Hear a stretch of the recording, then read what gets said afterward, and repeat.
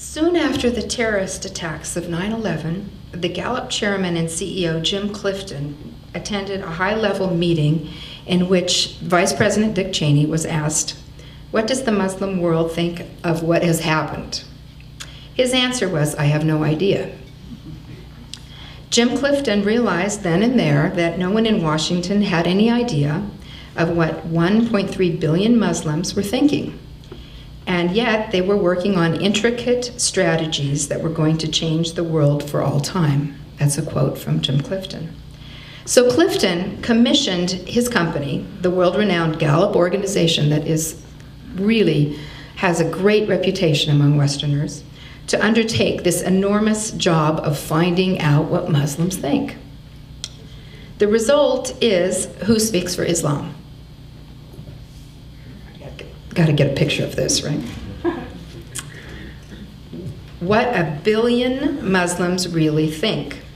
Based on 6 years of research and more than 50,000 interviews representing 1 billion Muslims who reside in more than 35 nations that are predominantly Muslim or have sizable Muslim populations. The study represents 90% of the world's Muslim community and 1/4 of the Earth's population. This poll is the largest and most comprehensive study of its kind. I want to start by telling you a story. I've always been intrigued by something that I would see over and over. On one hand, poll after poll after poll shows that people in many Muslim countries have anti-American views. So they view the United States unfavorably. They view the government unfavorably. But then when they're asked about the American people, you see studies where 90% of young people say Americans are friendly. 90% say Americans are friendly. And yet when it comes to the American government, you have 87% of them saying the American government is aggressive and easily provoked. And I always wondered about that, because what was so interesting about these studies that said that 90% of Muslims think Americans are friendly is they've never met an American. And I was so perplexed by this, because you've got people who believe that the government of this country is aggressive and unfriendly, and yet 90% think Americans are friendly. And I never understood the disconnect, and I was talking to a very intelligent woman over the summer when I was visiting Egypt, and I asked her, how do you reconcile these two things? And she said, friends. I looked at her and she said, the show Friends. That story just illustrated to me the power of media to humanize. And so what I'd like to talk to you about is what often is not heard from, and that is the opinions and the views of Muslims around the world who don't have a lot of their own media that's consumed by Americans. So post 9/11, violence has grown exponentially as Muslims and non-Muslims alike continue to be victims of global terrorism. Terrorist attacks have occurred from Morocco to Indonesia, from Madrid to London, and wars in Afghanistan and Iraq continue to rage on. So is all of this evidence of an all-out clash or war between the West and 1.3 billion Muslims? The vital missing piece among the many voices that have weighed in on this question are the actual views of everyday Muslims.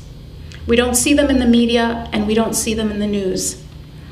With all that is at stake, though, for the West and for the Muslim world, indeed for the entire globe, the time has urgently come to democratize the debate. Who Speaks for Islam is about this silenced majority. They have been spoken for by their governments, they have been spoken for by vocal extremists, and the last people we've heard from are actual ordinary people, everyday Muslims, and what they really think. So the vast amounts of data represent the views of the world's Muslims, revealing answers to the questions everyone is asking. What is the root of anti-American sentiment in the Muslim world? Who are the extremists? Do Muslims desire democracy? And if so, what would it look like? What do Muslim women really want? The concept of the book is actually quite simple. With these questions in hand, we let the statistical evidence, the voices of 1 billion Muslims, not individual experts or extremists, dictate the answer. The results often challenge conventional wisdom. Gallup's research produced a number of key insights. I think the most important is this, though. The conflict, whatever conflict exists today, between Muslims and the United States is far from inevitable, because it is more about policy or the perception of policy than it is about principles.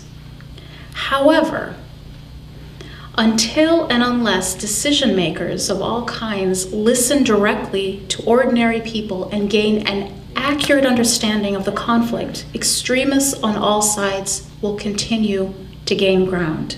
I met Dalia through the Brookings Institute and got to read an advanced copy, as you did, a couple of months ago, and it really was a very striking experience for me. For many of the reasons that I think Dalia, much more eloquently than I can, articulated. It is a chance for this media-infused and heightened high ground that is co-opted by the extremists, and it's really finally the people on both sides of this divide got to speak.